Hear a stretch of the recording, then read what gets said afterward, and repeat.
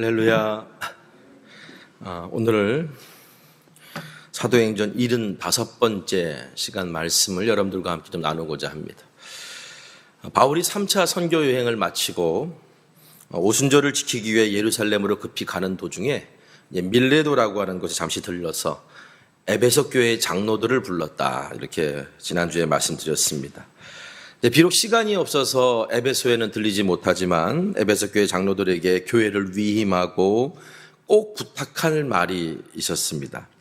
그래서 그때 그 꼭 부탁할 말을 말씀을 전했는데 마침 그때 누가가 그 자리에 동행하고 있었기 때문에 오늘 우리에게 그 내용이 감사하게도 요약돼서 전달되고 있습니다. 그게 바로 이제 18절에서 35절에 나와 있는 말씀들인데 이걸 그래서 바울의 고별 설교다라고 흔히 이름을 붙입니다. 바울과 에베소 교회 장로들은 지금 만남이 마지막 만남이 될 수도 있겠다라는 생각을 갖게 됐고, 그래서 헤어질 때는 함께 무릎을 꿇고 손을 잡고 기도하고 크게 울면서 서로 안아주고 그렇게 헤어지는 장면이 성경에 보면 나와요. 36절 38절 보니까 이 말을 한 후 무릎을 꿇고 그 모든 사람들과 함께 기도하니 다 크게 울며 바울의 목을 안고 입을 맞추고 다시 그 얼굴을 보지 못하리라 한 말로 말미암아 더욱 근심하고 배까지 그를 전송하니라 했습니다. 헤어짐이 얼마나 가슴 아프면 다시 못 만날 것 같은 그런 헤어짐 때문에 서로 울며 서로 안고 입 맞추고 헤어지는 그 모습이 얼마나 간절하고 또 감동적인지 모르겠습니다. 이런 상황에서 바울이 에베소 교회 장로들에게 말씀을 전한 거예요. 그러니까 그 말씀 안에는 얼마나 중요한 이야기가 담겨져 있었겠어요. 밀레도에서 한 바울의 고별 설교야말로 그러므로 사명을 감당해야 되는 우리가 깊이 새겨야 할 그런 말씀들이 우리 마음에, 이 말씀의 성경에 있다는 사실을 우리가 분명히 알아야 될 줄 믿습니다.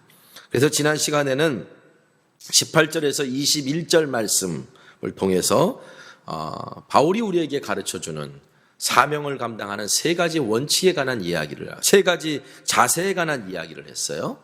첫 번째는 사명 감당하려면 예수님을 본받고 본이 되려는 자세가 있어야 된다 그랬고, 두 번째는 겸손과 눈물로 주를 섬기고 주의 일을 할 때 주를 섬기듯 하는 자세가 있어야 된다 이런 말씀을 드렸고, 세 번째는 자신의 유익을 구하지 않고 교회의 유익을 구하고 다른 사람의 유익을 구하는 자세가 있어야 된다.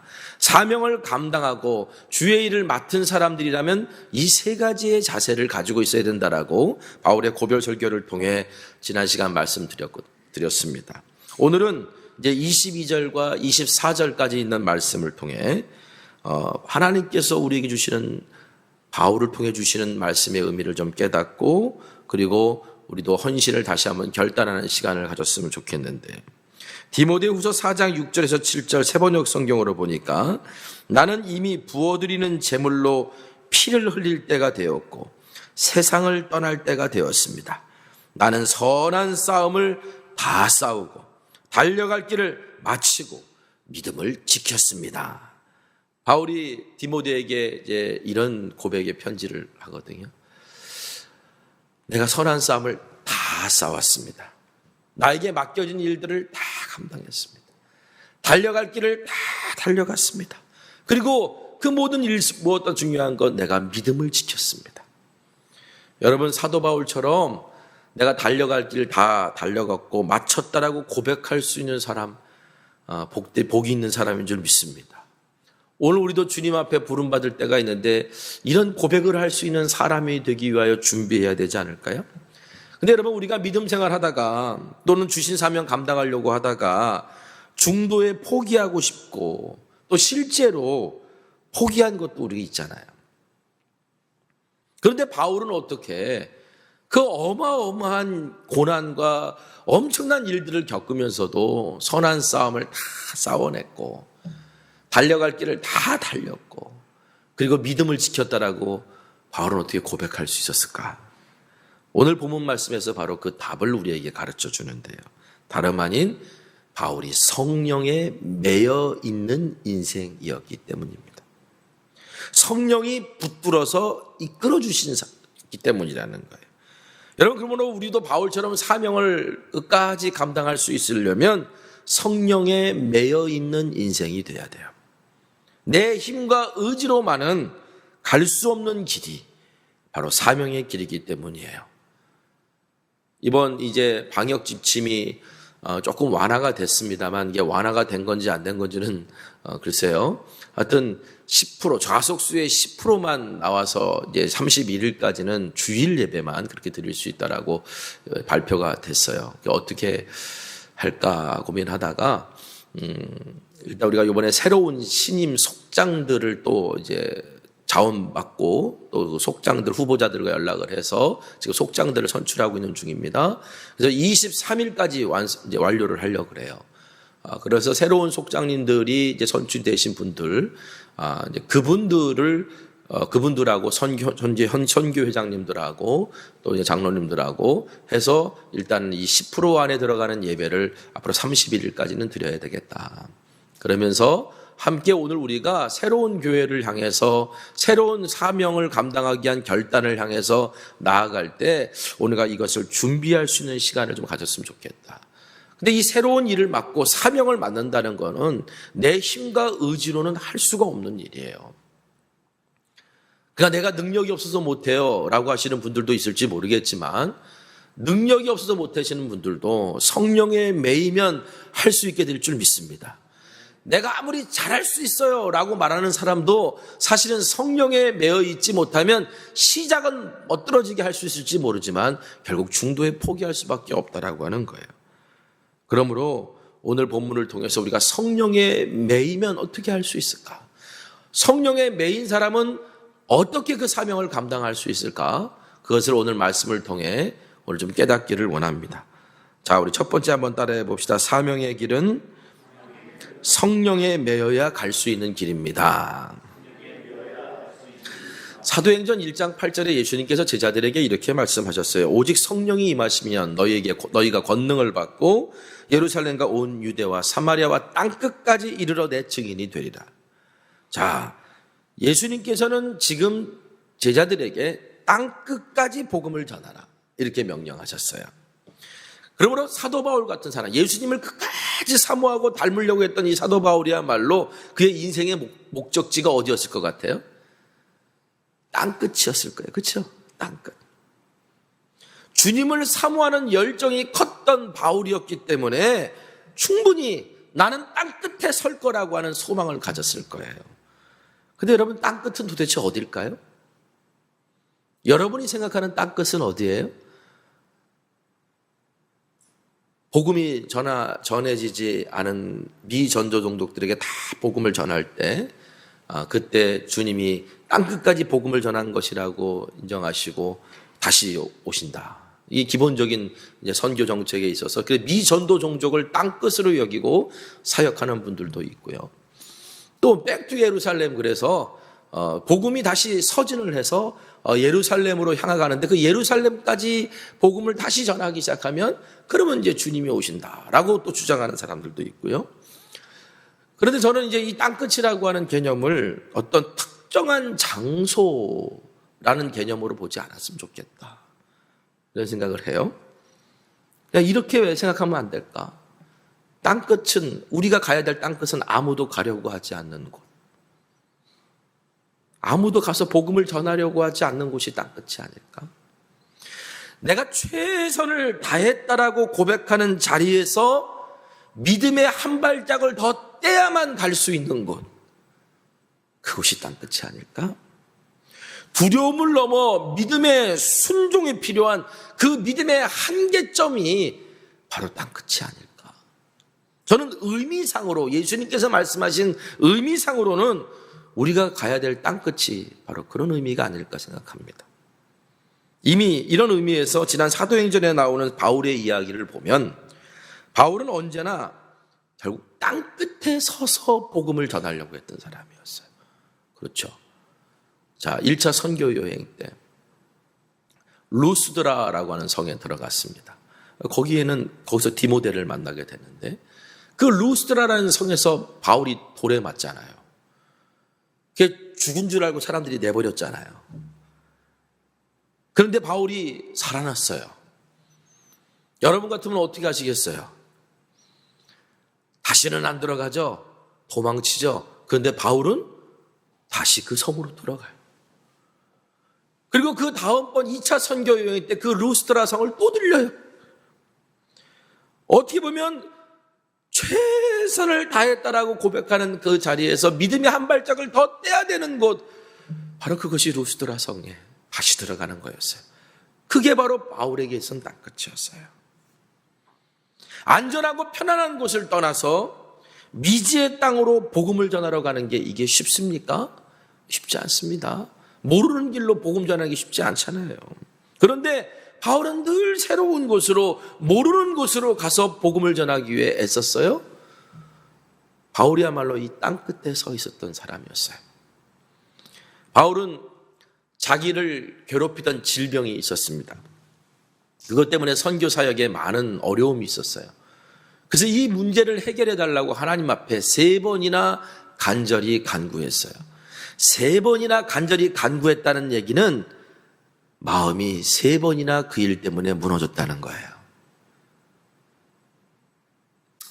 은혜로 알고 살아야지라고 생각했는데, 근데 그것 때문에 너무 또 마음이 무너져서 하나님 앞에 다시 은혜로 알고 살아야지라고 또 마음이 무너졌는데 다시 기도하면서 또 다시 하나님 앞에 나가고, 이렇게 3번이나 하나님 앞에 구했다는 것은 그 마음이 3번이나 무너졌었다라는 거죠. 그때 주님께서는 바울에게 이런 응답을 하셨어요. 고린도후서 12장 9절에서 10절, 나에게 이르시기를 내 은혜가 내게 족하도다. 이는 내 능력이 약한 데서 온전하여 짐이라 하신지라. 그러므로 도리어 크게 기뻐함으로 나의 여러 약한 것들에 대하여 자랑하리니 이는 그리스도의 능력이 내게 머물게 하려 합니다. 그러므로 내가 그리스도를 위하여 약한 것들과 능력과 궁핍과 박해와 곤고를 기뻐하노니 이는 내가 약한 그때에 강함이라. 어떻게 보면 바울에게 있어서 두려움을 넘어 믿음의 순종이 필요한 그 한계점, 자기의 마음이 무너질 수밖에 없는 그 한계점에서 마지막에 다시 일어나 믿음의 한 발짝을 떼 복음을 전했던 사람, 그 사람이 바로 땅끝에서 복음을 전하려고 했던 바울이었습니다. 여러분, 바울이 이렇게 할 수 있었던 것은 그때그때마다 하나님께서 주시는 말씀이 있었고 그 말씀에 순종했기 때문에 바울이 그때그때마다 일어나서 복음을 전할 수 있었거든요. 그것을 오늘 본문에서 바울은 뭐라고 표현하냐면 성령에 매였다, 이렇게 표현하는 거예요. 보라, 이제 나는 성령에 매여 예루살렘으로 가는데.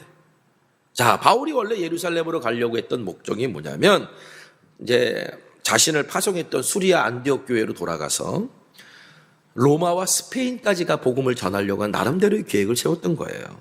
이것이 이제 바울이 가고자 했던 길이었고, 바울이 자신이 여겼던 사명의 길이었어요. 그런데 사명의 길이라는 것은요, 잘 기억하시기 바랍니다. 가고 싶은 길을 가는 게 사명의 길이 아니고 가야 할 길을 가는 게 사명의 길이에요. 내가 가고 싶은 것, 내가 하고 싶은 걸 하는 게 사명의 길이 아니라 내가 가야 될 길, 내가 해야 할 일을 하는 게 사명의 길이라는 거예요. 그리고 자신이 가야 할 길은 지금까지 그래왔던 것처럼 사도 바울은 성령께서 인도하신다는 걸 알았어요. 왜? 성령님은요, 우리를 진리로 인도하시는 분이기 때문에 그래요. 진리, 즉 하나님의 뜻으로 인도하신다는 거예요. 요한복음 16장 13절에 그러나 진리의 성령이 오시면 그가 너희를 모든 진리 가운데로 인도하시리니 그가 스스로 말하지 않고 오직 들은 것을 말하며 장래 일을 너희에게 알리시리라. 진리의 성령이 오시면 그가 너희를 모든 진리 가운데로 인도하신다. 내가 성령에 매여서 끌려가는 것이, 내가 성령에 매여서 이끌려가는 것이 결국 나를 어디로 이끌어 가신다는 거예요? 진리로, 하나님의 뜻으로 이끌어 가신다는 거죠. 바울이 3차 선교 여행을 마치고 돌아오는 중에 그 경위주로만 생각했던 그 예루살렘이 3차 선교 여행의 종착점이 될 것 같다라고 하는 마음을 성령님께서 주셨던 것 같아요. 무슨 일이 생길지는 알지 못하지만 그냥 기도하는데, 묵상하는데, 하나님 앞에 이 선교의 여정을 놓고 기도하는데 예루살렘에서 결박과 환난이 기다리고 있다는 마음을 하나님께서 성령을 통해 주셨던 것 같아요. 그래서 22절, 23절에 보라, 이제 나는 성령에 매어 예루살렘으로 가는데 거기서 무슨 일을 당할는지 알지 못하노라. 오직 성령이 각 성에서 내게 증언하여 결박과 환난이 나를 기다린다 하시나. 자, 여러분이 기도하셨어요. 기도하는데 어떤 때보다 더 분명하게 성령님이 음성을 들려주세요. 평상시에는 음성도 못 들었던 사람인데 기도하는 성령님의 음성을 쫙 들려주시는데 너 그리로 가면 붙잡힐 거야. 그리로 가면 감옥에 갈 거야. 너 그 길로 가면 고생이 많을 거야.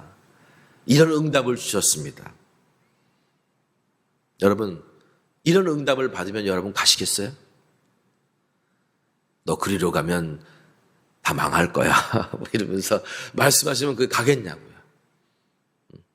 일반적인 사람들이라면 그렇게 말씀하시면 안 가죠. 이 이야기는 제가 다음번에 더 할 기회가 있을 겁니다. 그런데 내가 가면 예루살렘에서 환난과 결박이 기다리고 있다는 말을 듣고도 사도 바울은 지금 뭐라고 얘기하냐면 24절에 내가 달려갈 길과 주 예수께 받은 사명 곧 하나님의 은혜의 복음을 증언한 일을 마치려 하면은 나의 생명조차 조금도 귀한 것으로 여기지 아니하노라. 자, 예루살렘에서 결박과 환난이 기다리고 있다는 것을 성령님을 통해서 알게 됐는데 사도 바울은 그 길을 뭐라고 표현하냐면 내가 달려가야 될 길이라고 표현해요. 걸어가는 길도 아니고 좀 이따 가면 안 돼요? 라고 쉬었다 가는 길도 아니고 머뭇머뭇거려서 가는 길도 아니고 사도 바울은 뭐라고 표현한 나는 달려갈 길이라고 표현해요. 달려갈 길. 여러분, 이 표현은요, 비록 예루살렘에서 결박당하고 환난당하는 것이 기다리고 있다 할지라도 이것이 사명을 감당하기 위해서 우리 주님이 주신 역할이라고 합니다. 그것이 임무라고 하면 저는 망설이지 않겠습니다라고 하는 순종의 표현을 한 거예요. 여러분, 바울이 어떻게 이런 고백을 할 수 있었을까요? 바울이 어떻게 이렇게 담대하게 나아갈 수 있었을까요? 단 하나예요. 바울의 고백처럼 내가 지금 성령에 매여 있기 때문이다. 사람은 무언가에 붙잡혀 끌려가는 존재입니다. 자유롭게 살아가는 인생인 것 같지만 사실은 그 삶을 들여다보면 어떤 사람은 명예에, 어떤 사람은 성공에, 어떤 사람은 돈에 이렇게 끌려가는 인생이에요. 그렇죠? 우리가 죄와 정욕에 끌려가면 결국 어디로 가는 거예요? 그 길이 무슨 길이에요? 사망의 길이에요. 그런데 성령에 매여 끌려가면 그 길은 무슨 길이에요? 생명의 길이에요. 그러므로 여러분, 내가 성령에 매여 끌려간다는 것을, 내가 뭔가 묶이는 것이니까 내 의지대로 못 간다는 것을 너무 불행하게 생각하지 마세요. 저는 오늘 말씀 묵상하면서 이 줄이 무슨 줄인가 생각해 봤어요. 마치 빙벽, 등산을 해서 빙벽을 타는 그 사람들. 그 앞서간 사람이 올라가서 그 뭐예요? 전문적인 용어는 모르겠습니다. 하여튼 그 못을 받고 그리고 거기에 로프를 걸어가지고 내리잖아요. 그러면 그 다음에 올라오는 사람이 그 로프를 묶고 그 로프에 의존해서 올라가잖아요. 저는 이 성령의 줄이 바로 이런 줄이라고 생각해요. 떨어져도 그 로프 때문에 내가 살잖아요. 그게 바로 생명의 줄이라는 거예요. 성령이 우리를 메어서 끌고 가는 줄은 오늘 우리를 진리로 생명으로 인도하시는 생명의 줄이다. 여러분, 그러므로 성령에 매인받은 사람만이 가야 될 길, 사명의 길로 바울처럼 나아갈 수 있다는 사실을 믿고 고백하며 내가 오늘 성령에 붙들리는 인생 되기를 원합니다라고 고백하는 저와 여러분 되시기를 간절히 소망합니다. 두 번째 따라해 봅시다. 사명의 길은 성령에 매여야 끝까지 갈 수 있습니다. 자, 여러분 2021년 새해가 시작되면서 혹시 새로운 각오하신 게 있나요? 어떻게 보면 2021년은 그냥 갑자기 정신없이 훅 찾아오는 바람에 그런 새로운 마음을 품을 시간이 옛날보다는 없었던 것 같은데, 이제 1월 달에 새해의 반이 지났거든요. 그 각오와 계획을 나는 지금 제대로 실행하고 있는지 돌아봤으면 좋겠습니다. 여러분, 계획을 세우는 건 누구나 할 수 있고요. 또 시작을 세우는 거는 시작을 하는 거는 어떻게 보면 쉽게 시작할 수 있을지 모르겠지만, 그런데 계획한 대로 그것을 끝까지 이루는 거는 아무나 할 수 있는 일은 아닌 것 같아요. 우리가 주님을 위해서 헌신하겠습니다, 내가 주님을 위해서 쓰임받겠습니다라고 결단하는 것도 사실은 믿음이 필요한 일이에요. 어떤 사람은 그런 관심도 없어요. 그런데 내가 그래도 주님을 위해 쓰임받길 원합니다 라고 그렇게 헌신하고 믿음을 보이는 것도 대단한 결단이긴 합니다만, 끝까지 그 헌신한 대로 끝까지 완주할 수 있는 일은 더 대단한 믿음인 것 같아요. 더 대단한 믿음이 필요한 일인 거죠. 자, 바울에게는 많은 동역자들이 있었어요. 특별히 1차 선교 여행 때 동행했던 마가 요한이라고 하는 젊은 청년이 있었습니다. 마가 요한은 바나바의 조카면서 또 바나바의 추천과 권유로 어떻게 보면 선교 여행에 동참했던 청년이었죠. 그런데 이 선교 여행이 그냥 놀러 가는 게 아니에요. 어디로 가야 될지도, 어떤 일을 경험할지도 모르는, 그래서 하나님의 은혜에 부탁하지 않고는 갈 수 없었던 그 선교 여행을 떠나겠다고 짐을 꾸려서 나선 것만으로도 마가는 정말 대단한 사람, 정말 괜찮은 믿음의 청년이었어요. 그런데 마가가 중도에 포기하고 그만 예루살렘으로 돌아가 버립니다. 여러분, 열정과 자기 의지만으로는 안 되는 것이 주님께서 우리에게 맡기신 일이에요. 우리가 가야 될 사명의 길이에요. 예수님께서 부활하시고 난 다음에 승천하시기 전까지 40일이라는 시간이 있으셨고요.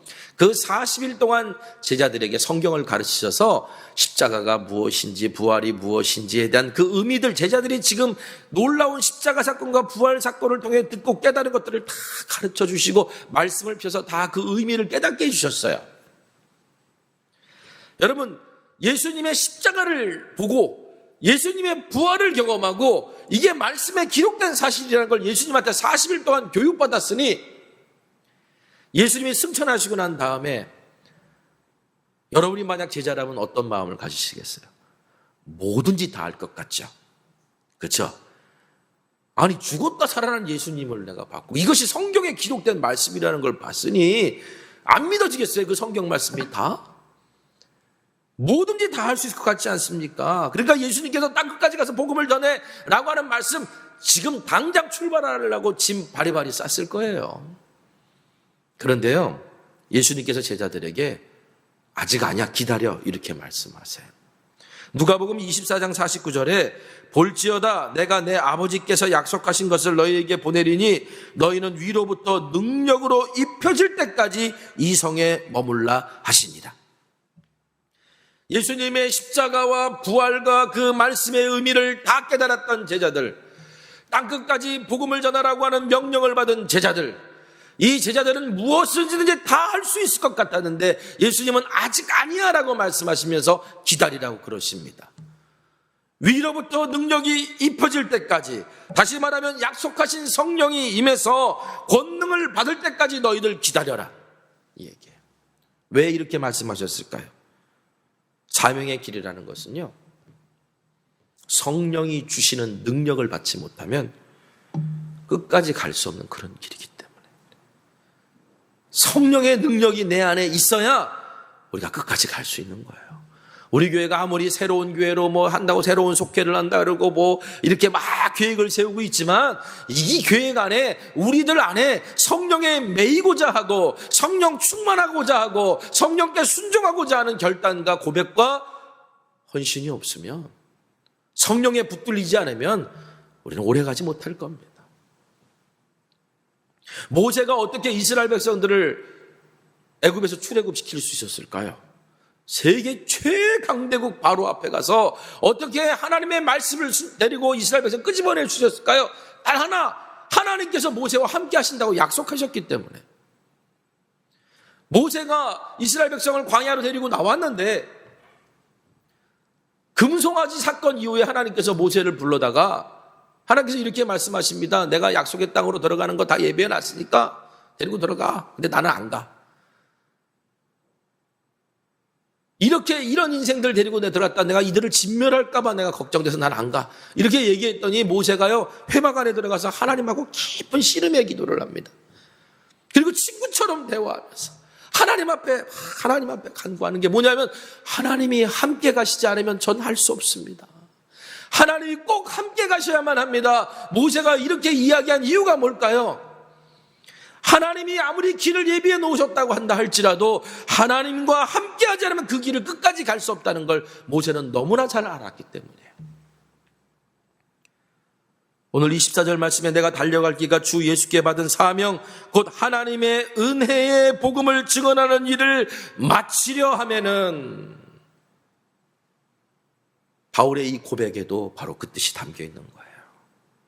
가야 될 길을 마치기 위해서는 성령님이 함께 하시지 않으면 안 된다. 이거를 너무나 잘 알았던 바울이었기에 그의 영적인 아들 디모데에게 이런 권면을 합니다. 디모데후서 1장 14절, 우리 안에 거하시는 성령으로 말미암아 내게 부탁한 아름다운 것을 지키라. 너에게 부탁한 아름다운 것이 있어요. 그 아름다운 게 뭘까요? 하나님께서 오늘 우리에게 맡기신, 영혼을 맡기신 일, 교회를 맡기신 일, 어떤 사역을 맡기신 일은 다 아름다운 일인 줄 믿습니다. 주를 위해서 하는 일이라면 그건 다 아름다운 일인데, 그 아름다운 일을 지키려면 어떻게 된다고요? 성령으로 말미암아, 성령을 통해서만 가능하다. 성령으로 말미암아 네가 아름다운 것을 지키나 성령님께 붙들려서 네가 그 일을 감당하기를 원한다라는 말이에요. 여러분, 우리에게 맡겨진 일을 감당하려면 성령님이 도우셔야만 합니다. 그러려면 성령님께 붙들려 있어야 되고 매여 있어야만 합니다.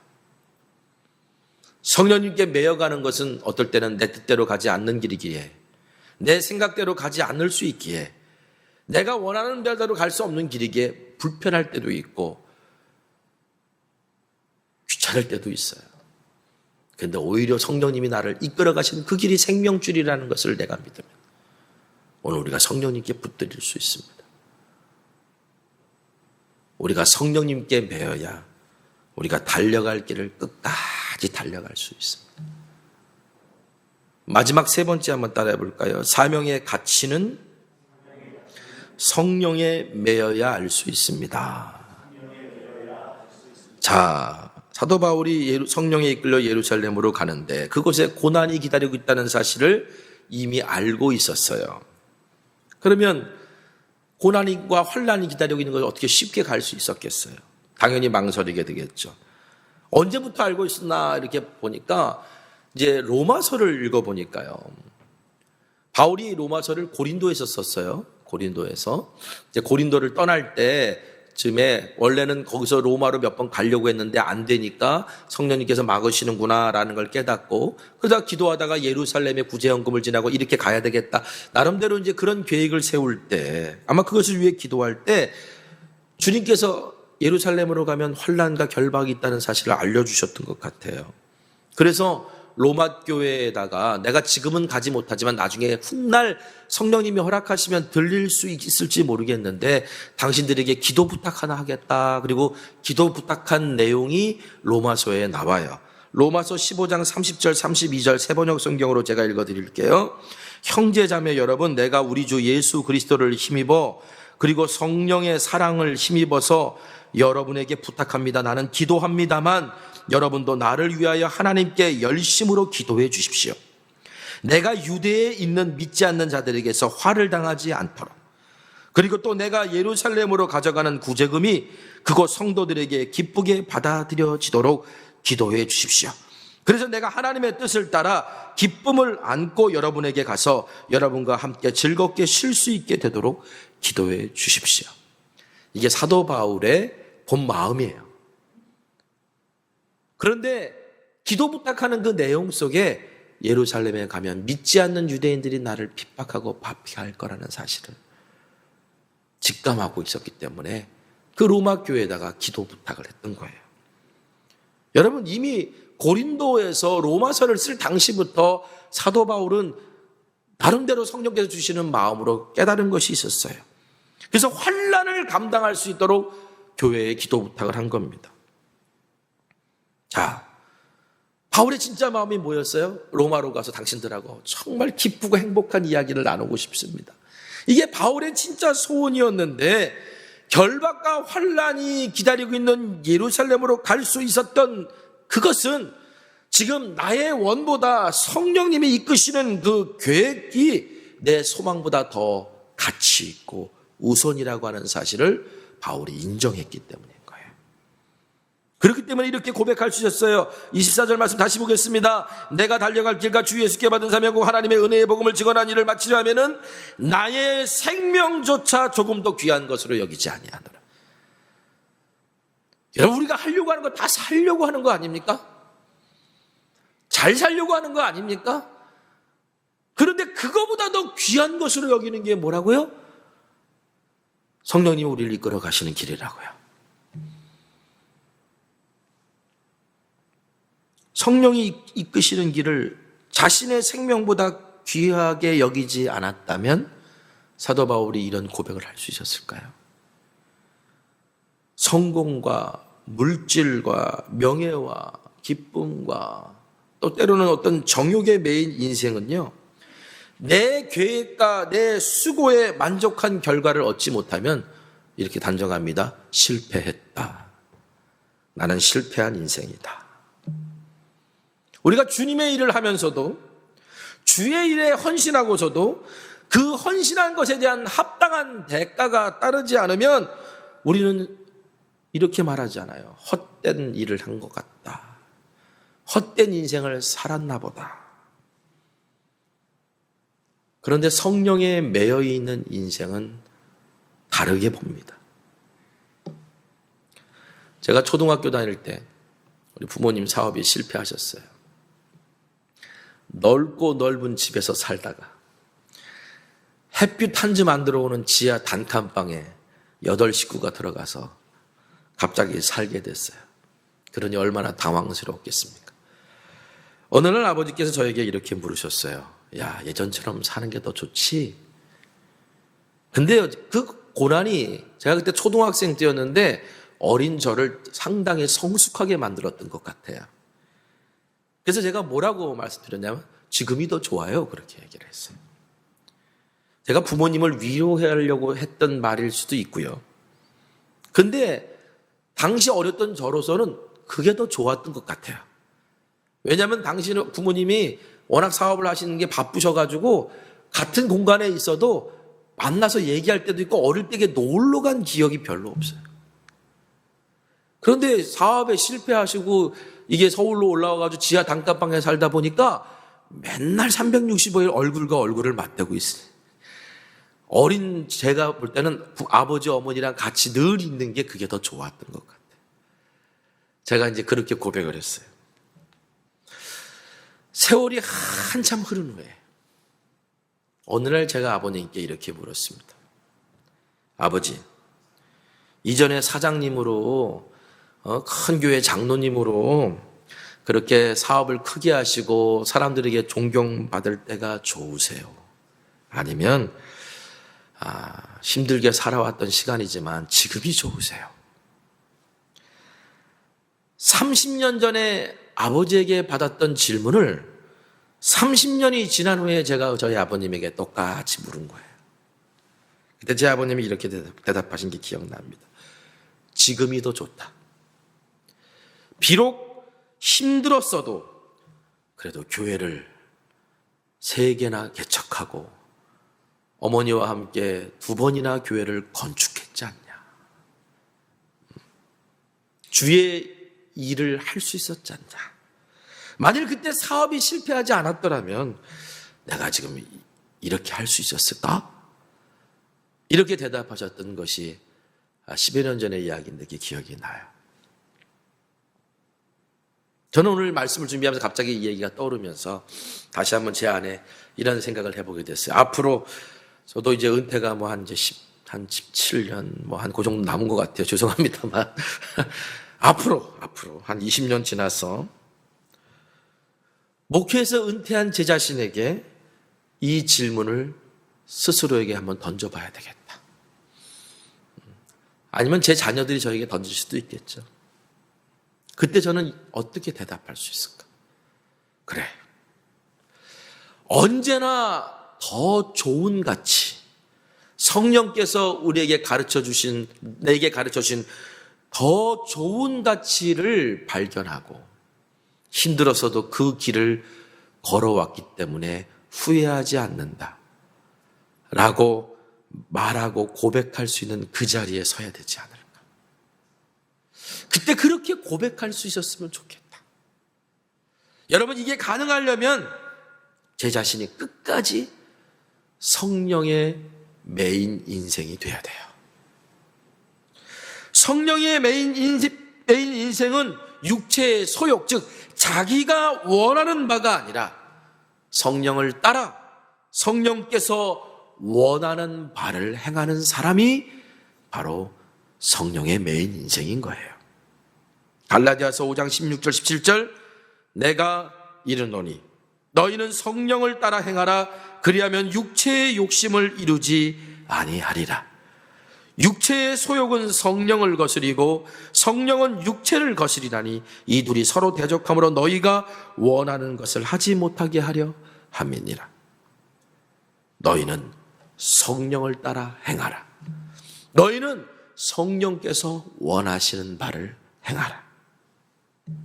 여러분, 성령을 따라 행하려면 성령께서 중요하게 여기시는 가치, 그 가치를 나도 중요하게 여길 수 있어야 돼요.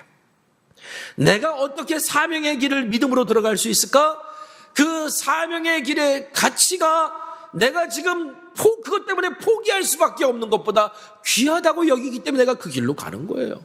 내가 얼마든지 놀 수 있고 내 시간을 선용할 수 있고 내 물질을 내 마음대로 쓸 수 있음에도 불구하고 내가 이것을 향해 주의 일을 위해 드릴 수 있고 주의 일에 내 시간을 드릴 수 있다는 것은 그것이 더 가치 있다라고 여기기 때문에 내가 그 길에 들어갈 수 있는 것이고 그것으로 마칠 수 있는 것도 그것이 내가 세상의 그 어떤 받을 영화와 영광보다도 바로 주님이 나에게 맡기신 길을 완주한 것이 그것이 가장 큰 행복이라고 고백할 수 있기 때문에 그 가치를 알기 때문에 오늘 우리가 그 길을 완주할 수 있는 거거든요. 그러려면 성령께서 나를 붙잡아 주시고 끊임없이 그 가치가 얼마나 귀한 것인지를 보여주시고 성령이 원하시는 바를 끊임없이 우리에게 말씀해 주시도록 우리가 성령께 매여 있어야만이 마지막까지 우리가 그 일을 감당할 수 있습니다. 사도 바울이 어떻게 이 위대하고 놀라운 신앙 고백을 할 수 있었을까? 그것은 다름이 아니라 성령에 매여 있는 인생이었고 그래서 그는 성령에 매였기에 끝까지 자기의 생명을 하나님 앞에 드리며 사명의 길을 완주할 수 있었던 겁니다. 2021년 우리 모두 사명의 길로 끝까지 달려가려면 주께서 주신 사명이 생명보다 귀하다라고 고백할 수 있기를 바랍니다. 오늘 여러분에게 맡기신 역할, 여러분에게 맡기신 임무, 우리 교회에게 허락하신 것이 나의 생명보다 내가 존귀하게 여기는 그 어떤 것보다도 귀하다. 이런 고백을 하며 살아갈 때 우리가 바로 마지막 마무리의 자리에 서서 우리를 안아주시는 주님을 볼 수 있는 은혜를 누리게 될 줄 믿습니다. 오늘 말씀 붙들고 기도하길 원합니다. 하나님, 나에게 맡겨진 임무, 역할, 사도 바울처럼 내가 달려갈 길 다 달려갔다라고 고백할 수 있으리 내가 성령에 매여야 합니다. 성령님 나를 붙들어 주세요. 끝까지 내 마음이 변질되지 않고 지금 이 열정과 사랑이 식지 않고 내가 지금까지 하나님 앞에 헛된 인생 산 것이 아니라 내가 존귀한 주님의 가치를 붙들고 걸어왔노라고 고백할 수 있는 그런 사람 되게 해주세요. 오늘 시간 함께 말씀을 붙들고 기도하겠습니다.